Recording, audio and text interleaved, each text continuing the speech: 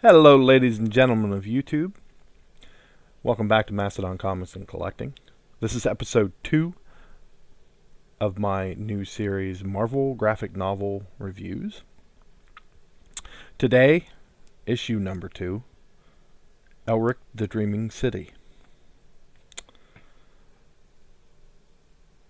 This was released in May of 1982, and it had a publisher date of July of 82. It was written for adaptation by Roy Thomas, and the art was by P. Craig Russell, who in a sense can be very synonymous with Elric. I've seen his imprint on other comic related or comic adaptations of Elric. Elric is a character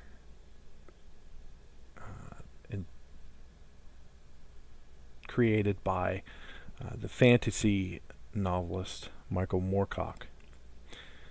And before I continue any further, I'm just going to point out the elephant in the room. The first time I ever heard of Michael Moorcock, I thought this can't be that can't be a real name. That just can't be a real name.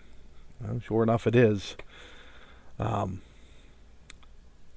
a fantasy writer, I guess it suits him. But back to the book. Elric the Dreaming City is an adaptation of a novelette that Michael Moorcock wrote and published in 1961. So the character's been around for a little while. It was the first appearance of Elric, and this is really not the first comic appearance of Elric. He appeared 10 years earlier in the early 70s in comic adaptation, but this is the comic adaptation of his first appearance. The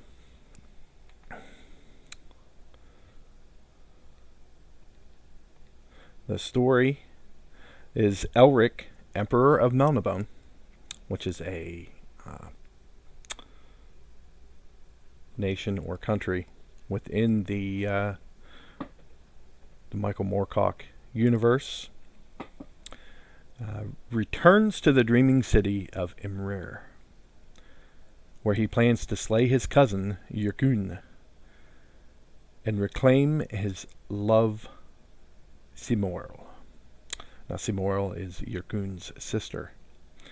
With a fleet of mercenary ships, the black magic passed down to him by his ancestors, and his soul-devouring rune-forged sword, Stormbringer. And that is the sword that he has. I did not go into this with any vast expectations.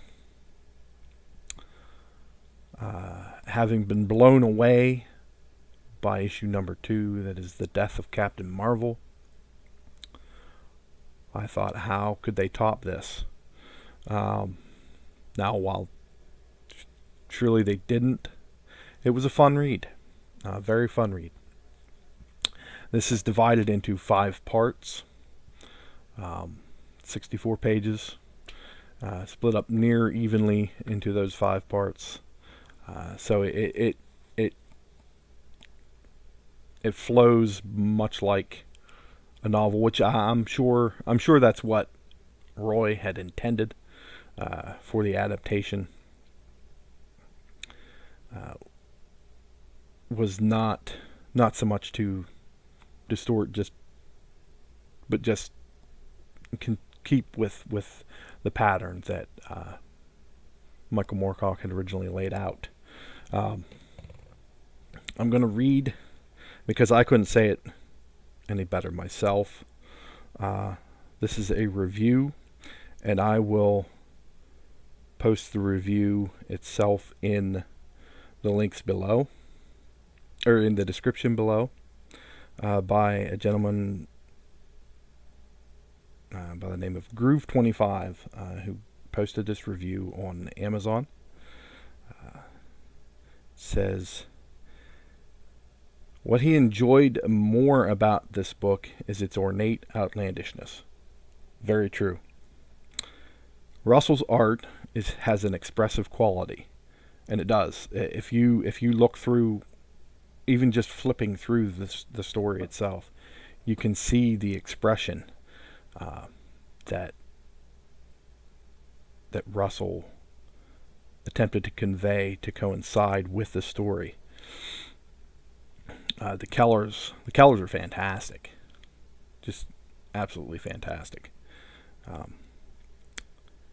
Groove 25 goes on to say, at times it feels distorted and dark, other times delicate and attractive. I agree. I very much agree. There's a tendency towards symbolism and art for art's sake that's rather unique, which makes sense when you are dealing with a fantasy story.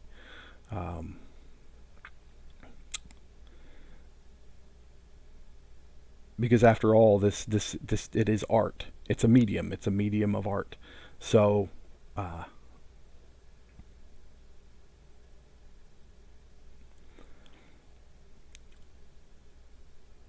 but at the same time, art for art's sake, that to me, that kind of conveys maybe a laziness, or maybe just to get it out there, which I didn't see an art for art's sake thing. I just looked at it as it's art. But this is my first introduction to Elric, so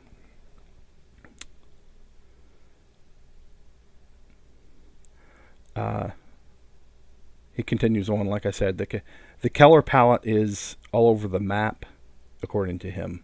It's quite rich, though a bit muted and muddled by the reproduction methods of the time. Which is also probably true. In the early 80s, the proper equipment did not exist, possibly to convey Russell's original art, which you may or may not be able to see that in other cases, other stories of the time. Mass production is really no friend, and it wasn't then, of art itself. The original art is always better. There's no doubt about that.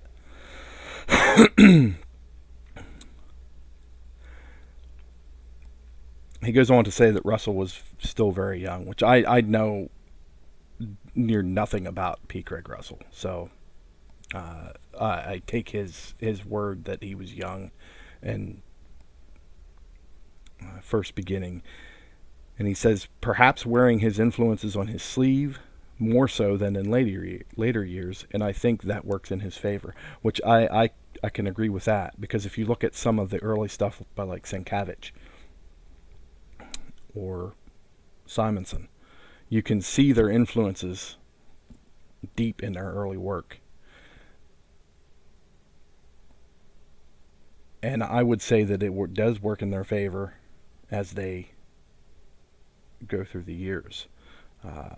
There are some other artists out there that choose not to let their influences flow through them and choose not to grow. And I think we all know who I'm talking about. That's a rant for another day. He goes on to say he might compare his work to a cross between Gil Kane and Barry Windsor Smith. I guess there's some elements I can agree with. I can see Smith, but having not seen enough Gil Kane work, I can't completely agree with him on that.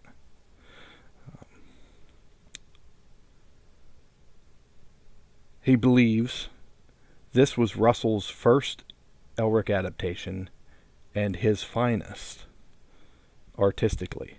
Later installments tended to be wider in their narrative scope and put more emphasis on story and less on the artwork. This one is narrow enough that the art has room to breathe. I agree. Some of the panels are just noticeable, and they complement the story. Visually speaking, it has a lot in common with his earlier graphic novel, Night Music 1, published by Eclipse. All in all, I would give this not as high ranking as The Death of Captain Marvel. I would give, for me, this was a 6. Now,